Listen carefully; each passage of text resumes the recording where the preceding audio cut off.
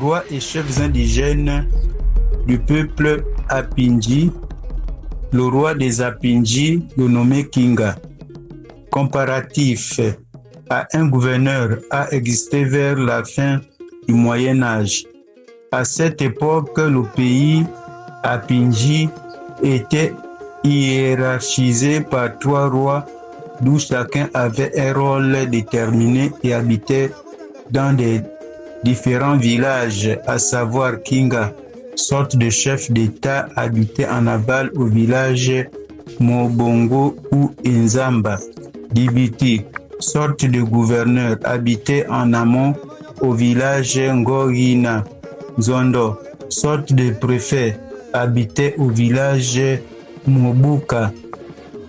Cela a pris fin dès l'arrivée des Européens. Senzondo, sorte de préfet qui était le porte-parole entre Kinga, sorte de chef d'État, et Dibiti, sorte de gouverneur. Il était le conseiller entre les deux personnalités et tout se passait normalement au sein de ses pouvoirs politiques et institutionnels traditionnels en pays Apinji. Le roi Apinji Kinga, sorte de chef d'État, portait autour de son cou un collier à raffia de coloration rouge à partir du kaolin rouge, Reniru. Des petits couteaux autour des épaules, droite et gauche, des colliers aux mains et aux pieds, Kembo.